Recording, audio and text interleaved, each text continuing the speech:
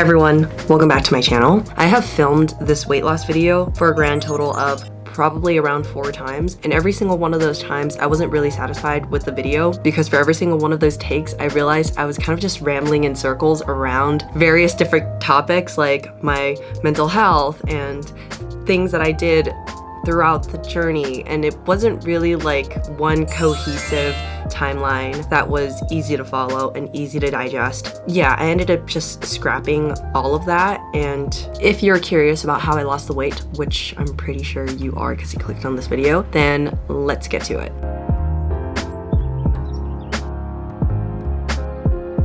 So to give you guys a little bit of context about my childhood and growing up and things of that sort, I was always chubby. Growing up, I was always a little bit bigger than a lot of the other kids in my class for just about every single class that I was in. Not only was I pretty tall as a kid, but I was also a little bit chubby, and my weight wasn't something that I was necessarily too concerned with because most of the time throughout my childhood, my main concern was how tall I was, not so much how much I weighed, if that made any sense. I always knew I was bigger, but I associated the idea of bigness with my height rather than my like size or like the circumference of my waist. So for the duration of my childhood, from birth until 8th grade, I was completely fine with my weight. The only thing that I probably would have changed about myself in that time was my height, because I felt insecure that all the boys around me were shorter than me. I was in 8th grade, y'all. It probably wasn't until freshman year in high school that I started noticing my weight and started comparing my body to bodies of other girls and women. At the very start of high school, in my freshman year, I joined the swim team, and being on the swim team was a very new experience for me because it forced me to be exposed in a swimsuit pretty regularly in front of a lot of people. Up until that point in my life, I never really even owned a bathing suit, just because then I don't know, my parents just never purchased like a swimming suit for me. I just jumped into water with like a t-shirt and shorts. All right, I wasn't cool like you. I didn't have a swimsuit. Okay, and so joining the swim team forced me to be in a swimsuit, which was a lot more revealing than the normal clothing that I would feel comfortable wearing in front of other people. So that was one major change. Another major change was seeing other people in swimsuits allowed me to kind of magnify my own flaws because of what I was seeing on other people. It was very easy for me at that point to kind of be able to see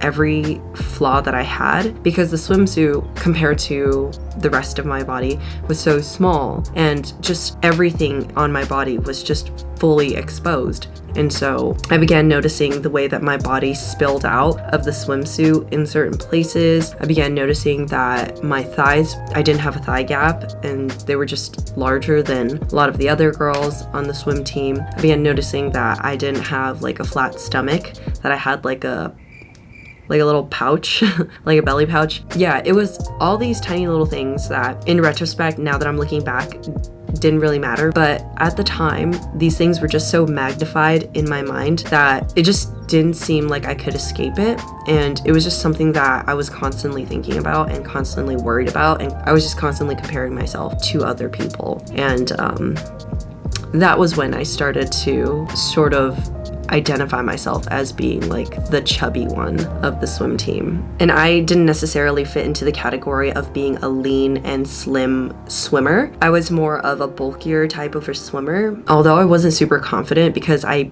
began associating myself with like this idea of chubbiness or bigness. I didn't really do anything about it. I was on the swim team, and so I was always pretty active. I didn't change anything about my diet. I mainly was just unhappy with my body for the way that it looked, not necessarily for the way that it functioned. It functioned just fine because physically I felt fine. but mentally I wasn't at a place where I felt like I was at peace with my own body. I guess in some ways my inaction throughout high school, like I didn't do anything to try to change my weight throughout high school, was because I was more focused on trying to like impress colleges, and I know that losing weight wasn't gonna like impress colleges.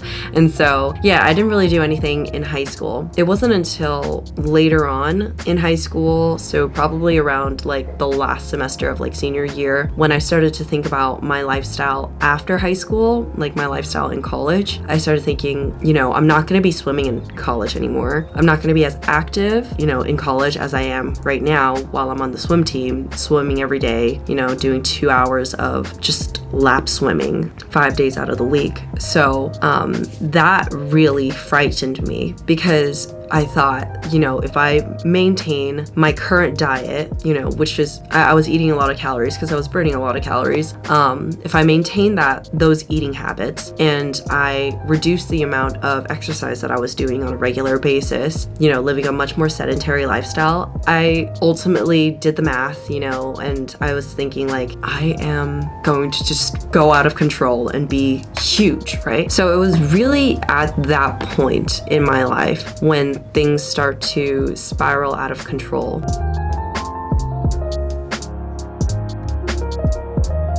Second semester of my senior year in high school, it was kind of this slow and steady buildup of constantly and consistently not liking my body for a period of, I don't know, 4 years in high school. And last semester of senior year was kind of where I snapped and tried to take action and try to change what I didn't like about my body. And starting at that point, I began to exercise a lot more and eat a lot less. So I was being very restrictive with my diet. And after that point, it was for about like 2 to 3 years of just yo-yoing back and forth between, you know, excessive exercise and restrictive diets versus binge eating and just like self-hatred for not being able to control myself.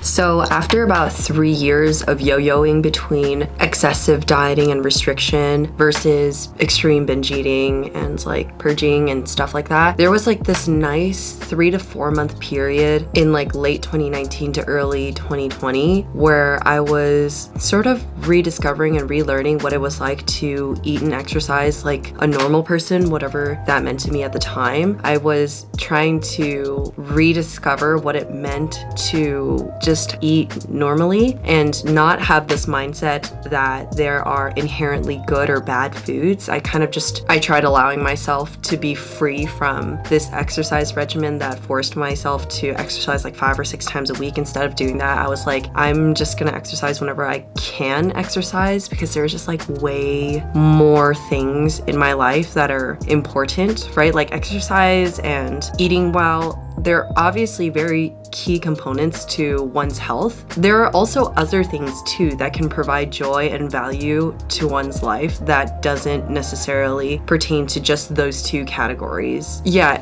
it was like a nice 3 to 4 months where I was just like being super lax about the amount of exercise I was doing, and I was also being pretty lax with the kinds of foods and the amounts of foods that I was consuming.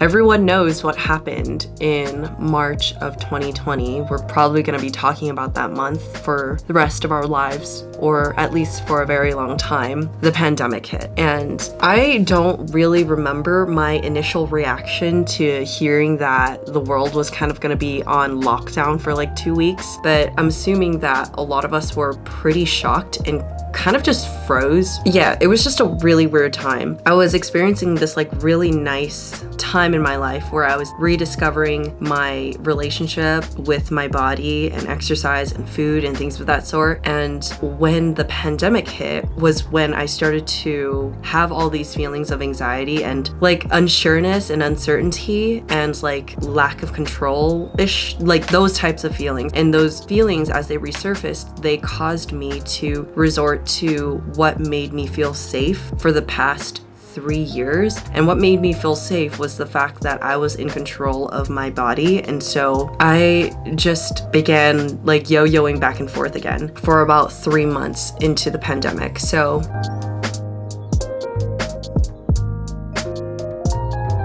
yeah, like the early stages of the pandemic, that was such a weird time because then everyone was like baking and like wearing pillow dresses and stuff. And so I wasn't like, I honestly wasn't really sure how to feel. It was around like mid-stage pandemic when everyone was like working on themselves, trying to promote this like boss babe attitude about everything. Chloe Ting was blowing up on YouTube. It was this culmination of like a lot of events and things and like timing that really put me in the right mindset to go on this weight loss journey in a healthy way. Okay, so that was like a long ass backstory, but now we can get into the what I did and what I currently do to maintain my weight.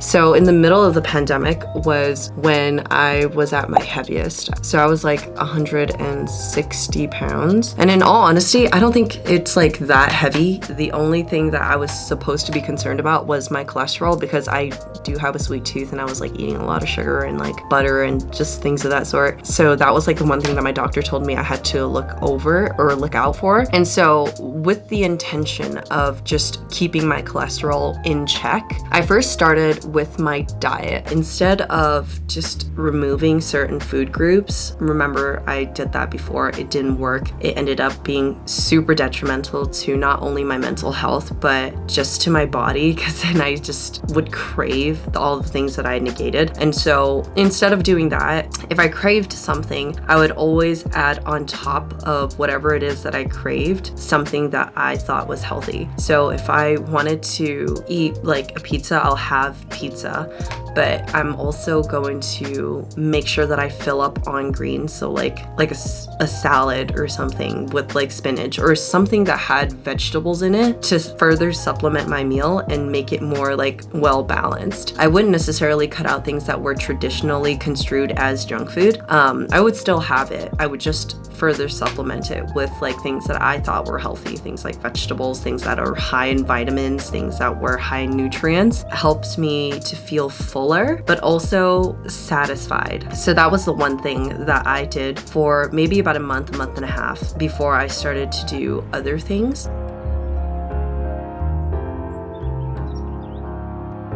A lot of people ask me what my workout routine is, and I don't think I necessarily have like a precise workout routine. I kind of just do whatever it is that I feel like doing whenever I have the time to work out. What my week-to-week workout schedule looked like whenever I was first starting out, I would probably exercise around 2 to 3 times a week, doing like a Chloe Ting workout for maybe like 20 minutes. Yeah, I was just doing really like light 20-minute workouts at home because gyms weren't really open. And yeah, that's just what I stuck to for maybe about 3 months before I started like amping it up a little bit. And by amping it up, I mean not increasing the intensity just because I wanted faster results, but just because I wanted to test my strength. The internet has such like a wide impact on me because I realize now that I'm talking about it, like how highly influential social media is. I started seeing a lot of videos of like girls and women really trying to gain strength and focus on the aspect of strength as opposed to working out for some physical aesthetic. And that was what really propelled me towards a healthier mindset and a healthier relationship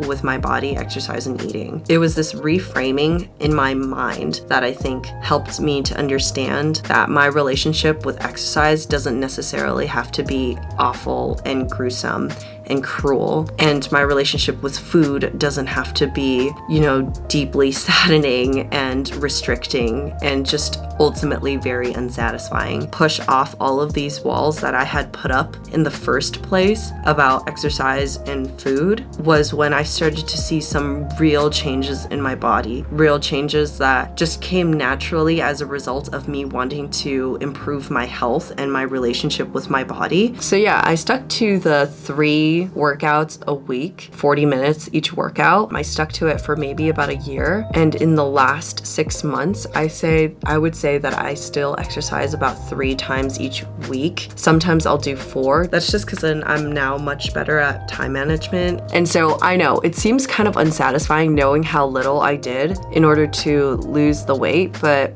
that's basically everything that I did. I think something that a lot of people, including myself, whenever I first started out on my weight loss journey, we tend to get this wrong. It's that we're so excited at the very beginning of our journey. We're so excited for the end result that we want it right away. So yeah, it's just really interesting because you know, whenever you start something new, you're just so pumped and excited and motivated that the end result kind of seems like this very distant thing, and you kind of just want the results to happen right away. And if the results don't come fast enough, then there's like deep dissatisfaction from that.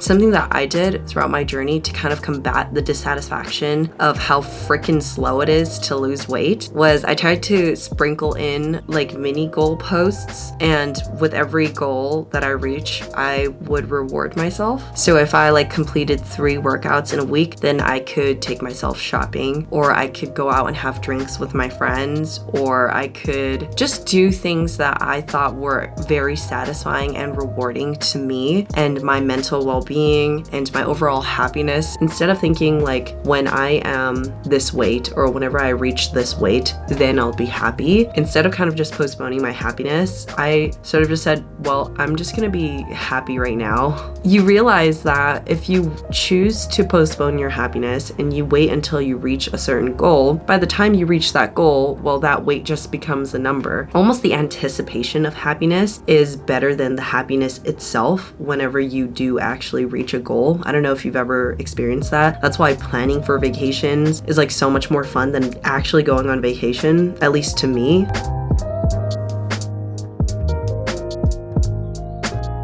Here are some things that I did not do to lose the weight. So I know a lot of people, whenever they go on like a weight loss journey, they like cut out alcohol.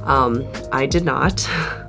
Your girl still has her drink every Friday night. That's just something that I really enjoy. That's something that I want to keep in my life just for right now. I don't feel like I need to go hard every Friday, but I do enjoy having, you know, like a glass of wine, catching up with my friends and things of that sort. So I did not cut alcohol, nor did I reduce the amount of alcohol consumption that I consumed. And I know saying this makes me sound like an alcoholic. I'm not an alcoholic. So that aspect of my life did not change at all. I did not bother to change it, because if I did, I know I would end up miserable. And at this point in my life, I don't feel like I need to have alcohol in order to live a sustainably happy life. However, it is just one of those things where I don't want to turn down a drink, especially if it's particularly delicious and beautiful to look at and like intellectually stimulating and like just fun.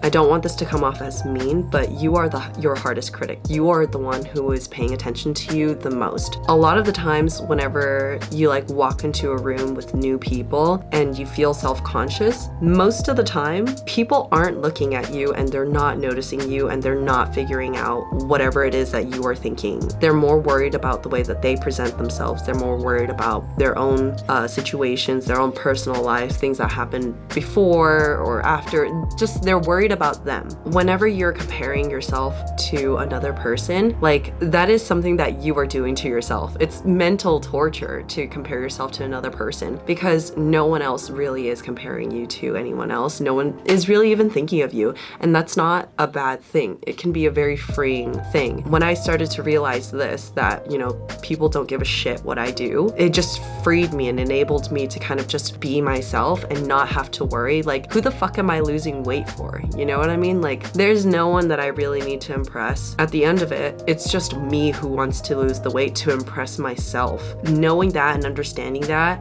really helped me to make that mental shift towards just working on health and strength and doing things that feel good to my body. So those are the things that I did not do in order to lose the weight. And I don't think anyone really has to compromise on their core things in order to lose the weight.